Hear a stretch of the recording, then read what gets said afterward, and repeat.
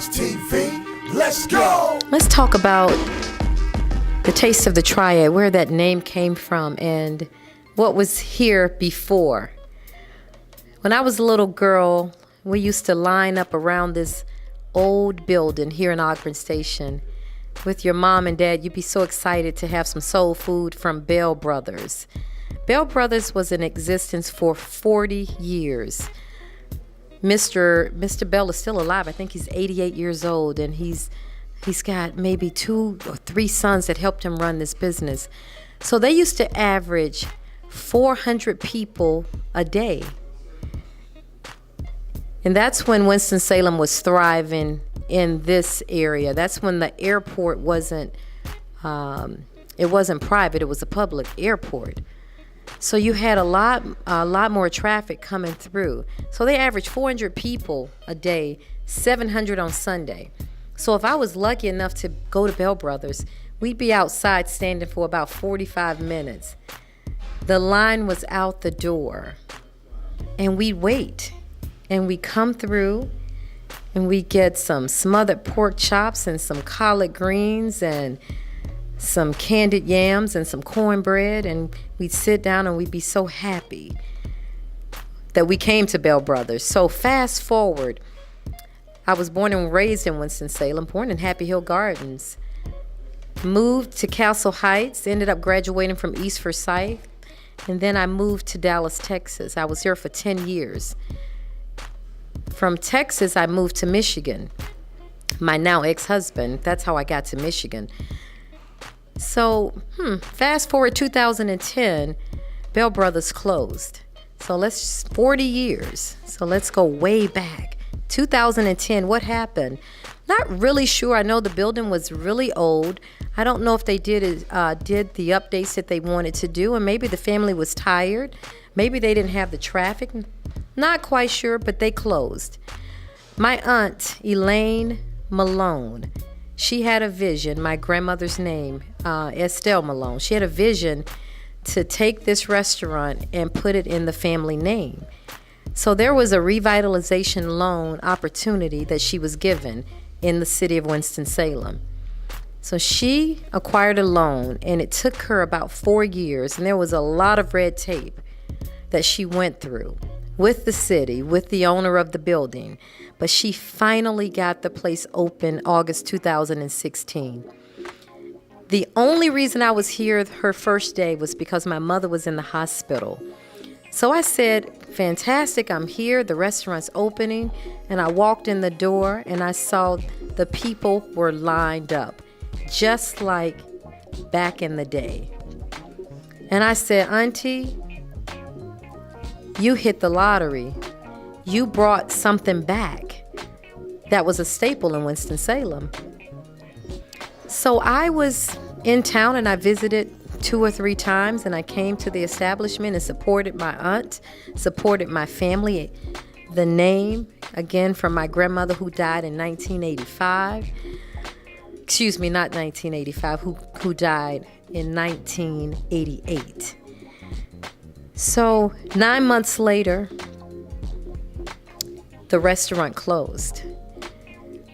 Some of the struggles were, I think maybe the people wanted it to be the exact same as it was. Sometimes we want to relive the past.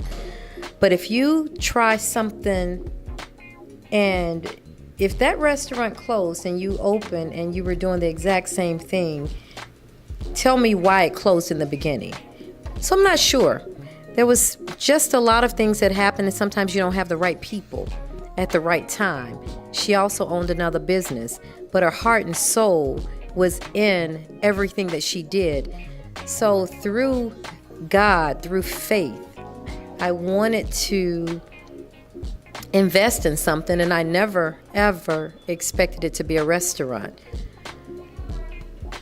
I looked at some of the information that she had, and I said, if you step back, I'll step forward. And she was ready to sit down because it was a lot. It took her so long to get it open, and she did a lot of the work by herself.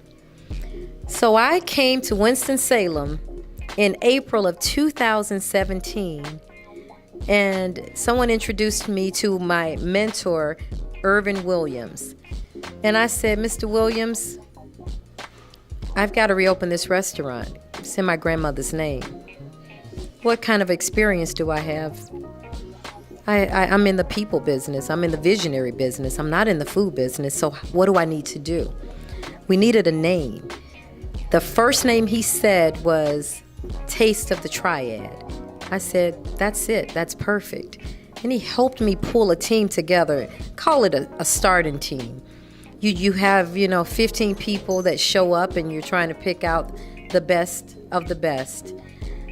So here we are in 2019. We've almost made our 2-year anniversary. When I looked at the walls when we came in, I saw a lot of things that would have been in a Crackle Barrel in some of the restaurants that we've started to go to, because you didn't have that authentic soul food. And I said, I see art.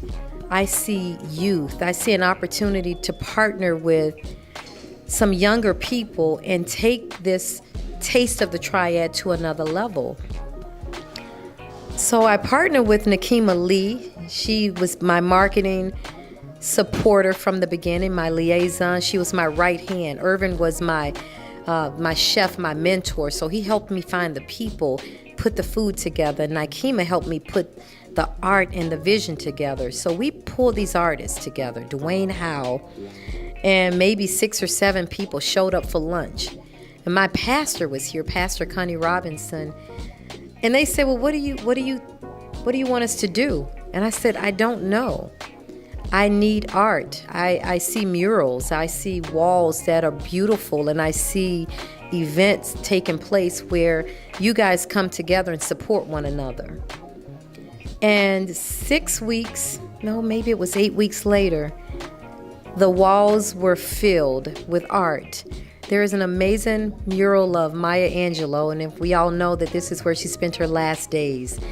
There is a Meet Me at the Taste mural when you enter the restaurant with family and food and just love, and art surrounding every room. And this is just the beginning.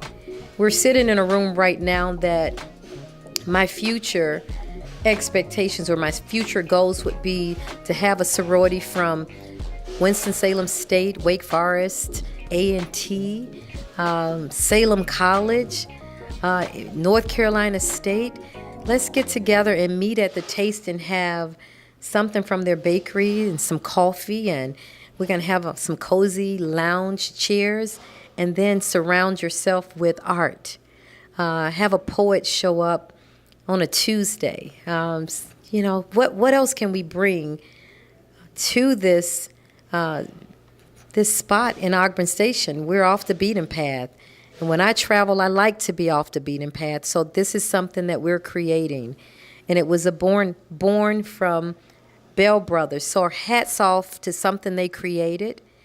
Hats off to my aunt who took the baton and she passed it to me. And I'm looking forward to all of the things that will be happening at the Taste of the Triad. Say the Arts TV. You know what it be. Say the Arts TV. Let's go.